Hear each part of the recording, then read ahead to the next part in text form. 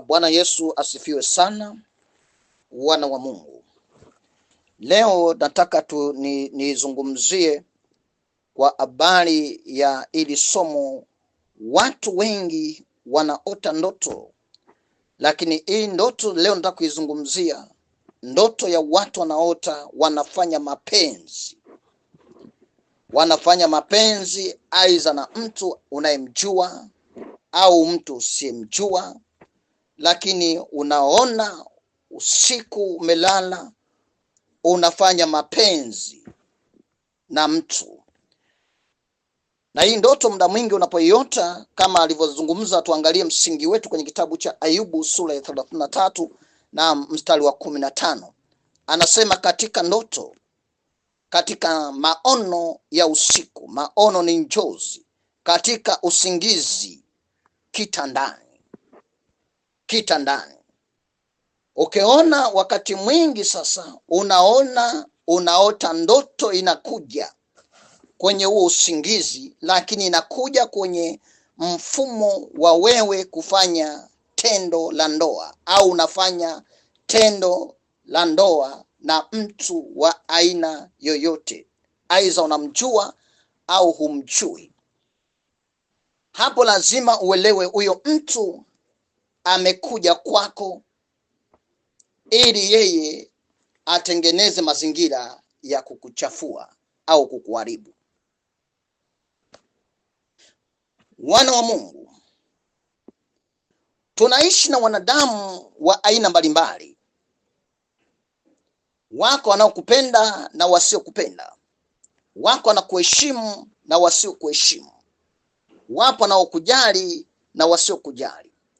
Lakini ukiona point namba moja ya pili, muda mwingi hiyo ndoto inakuja, lengo la kwanza moja, kukuvunjia heshima. Anauvunjia heshima mwili wako. Ekesha kuvunjia heshima mwili wako, kisha anakuchafua. Hiyo utaipata kwenye kitabu cha Warumi 1:24.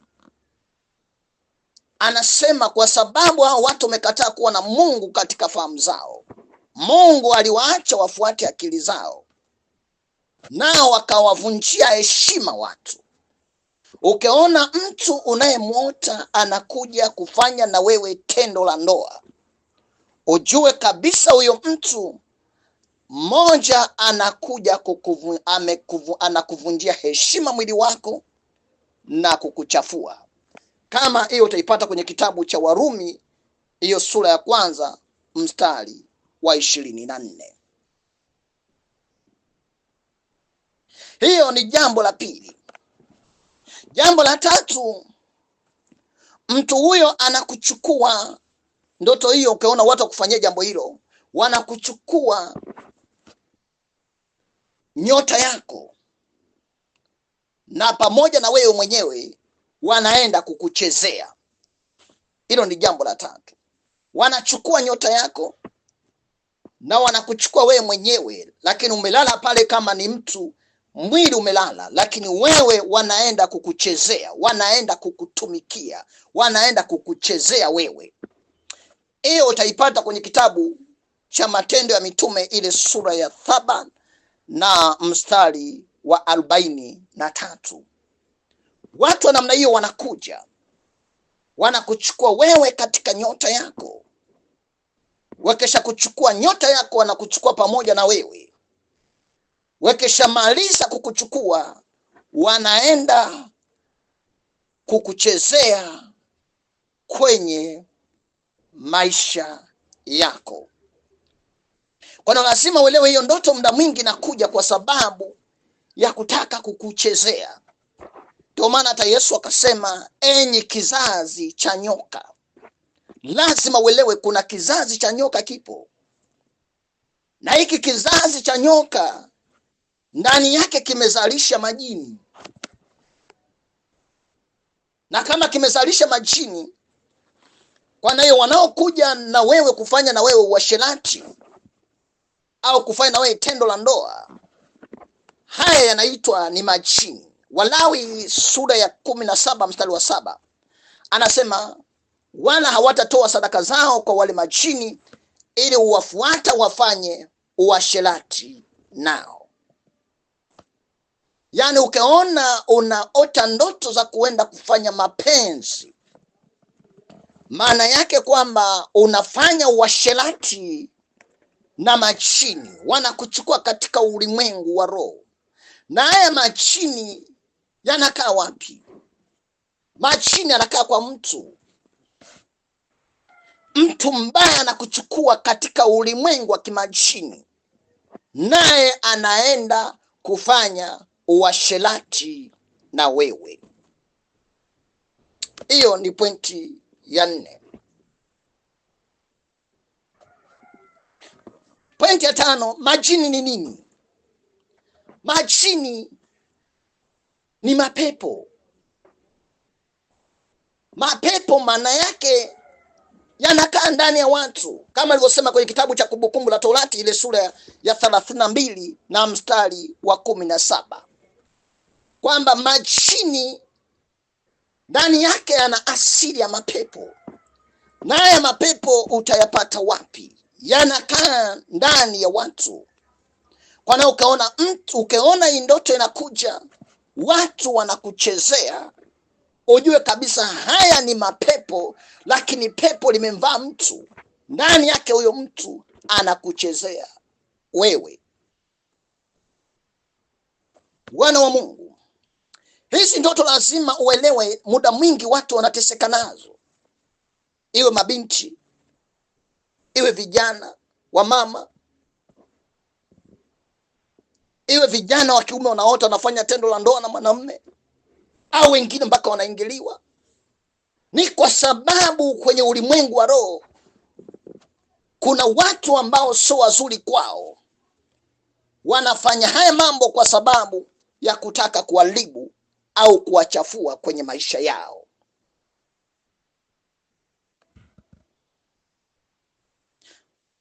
Pointi ya 6, wengine walitolewa ili wachezewe kimapenzi na majini na mapepo. Yaani kuna watu wapo tayari kuharibu, wawachezee watu, mabinti, vijana, wa mama. Anaweza mtu akakutafuta kwa njia yote akakushindwa, lakini akaja kukuchezea kwenye ulimwengu wa roho. Unaota ndoto unafanya tendo la ndoa na mtu. Hiyo utaipata kwenye Zaburi 106 mstari wa 37. Ili watu wengine wanajitolea ili wawachezee kimapenzi watu na majini au mapepo. Hawa ni wanadamu, wana roho nyingine wanatumika nayo. Kwa maana Yesu akasema, enyi kizazi cha nyoka. Wapo watu wanaishi, lakini ndani yao ni kizazi cha nyoka. Hawana ubinadamu. Ndani yao wanawaza ubaya na unyama. Mungu anapoona unaona ndoto hiyo unaiota unachezewa, ujue kabisa unahitaji msaada wa haraka kwa Mungu. Wa haraka kabisa kwa Mungu. Kwa sababu mambo kama haya yanatengenezewa mazingira yake. Mwingine labda mama enzi za maisha yake alienda labda kwa mganga, na mganga akampa labda majani na miti. Ukipewa, kama ulienda kwa mganga alikupa majani labda ujivumbukie na miti, labda mti, chukua huu mti nenda kachemshwe unywe dawa, baadaye ndani yake ule mtu unazaa tamaa. Ndani mwako unasikia tamaa tu. Pointi ya 7, ndani yake watu wanasikia nini? Tamaa. Watu walienda labda kwa waganga, wakapewa labda majani wajivumbike au miti, mwisho wake wakasikia tamaa inaingia ya ngono. Baadaye anaota ndoto, anaingiliwa. Kitabu cha Isaya hiyo sura ya 55 mstari wa 57 mstari wa 5 anasema tamaa nyingine imeingia kwa sababu ya watu kwenda kwa waganga. wakapewa majani waogee au mizizi wanywe, naye tamaa ya ngono ikaingia, naye anaota siku zote anaingiliwa. Kwa hiyo lazima tuelewe hivyo vitu. Muda mwingi mambo haya yametokea kwa sababu yana mambo mengi. Lazima ujipime mwenyewe. Ndio maana nasema hiyo pointi ya 8, Mungu yani Ezekiel anasema watu hawa wanaliwa. Watu wanasema wanakula wewe, lakini wanakula usiku. Kutefanyiwa tendo la ndoa maana yake kwamba unaliwa, sio kwa ridhaa ya kwako, kwa ridhaa ya kwao. Wanakuchezea, wanakula, wanakufanyia wanavyotaka. Mwisho wake ukishaamka wanakuacha. Hiyo pointi ya 8 inasema kuliwa. Ezekiel 16 mstari wa 20 anasema hawa watu wakishachukuliwa wanaenda kuliwa, wanachezewa, wanafanyiwa mambo mabaya. Wanachukuliwa kwa njia gani? Pointi ya 9, wanachukuliwa kwa njia gani? Wanachukuliwa kwa njia wachawi. Ndio, wanachukuliwa kwa njia ya uganga.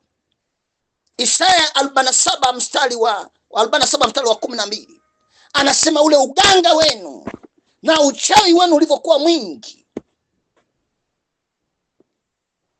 ulifika sehemu uliwaumiza watu. Lazima ujitathmini maisha yako.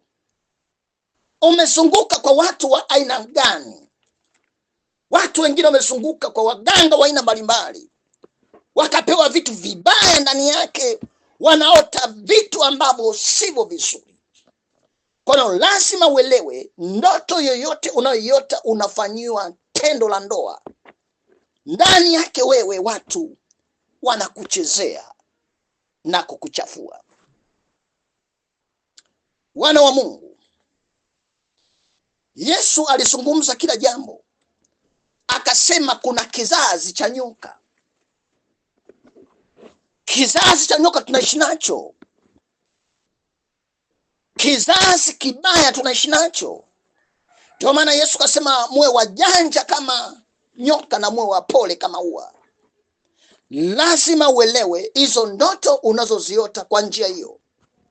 Yoyote anaotambua kwamba yeye anateseka na ndoto, lazima uelewe kama alivyosema kitabu cha Isaya, wewe umechukuliwa mawindo. Uko kwenye gereza ambalo unateseka kwenye ulimwengu wa roho. Ninachokushauri, jambo kubwa la msingi, kama kuna sadaka yako ulitoa kwa hao majini ambao ndani yake leo wanafanya uasherati nao siku baada ya siku, naomba unitafute mimi, mtumishi wa Mungu Pastor Charles Simba wa kanisa la Narrow Gate, nawe Mungu atakutoa kwenye mateso hayo. Mungu wa mbinguni awabariki na asanteni sana. Amen.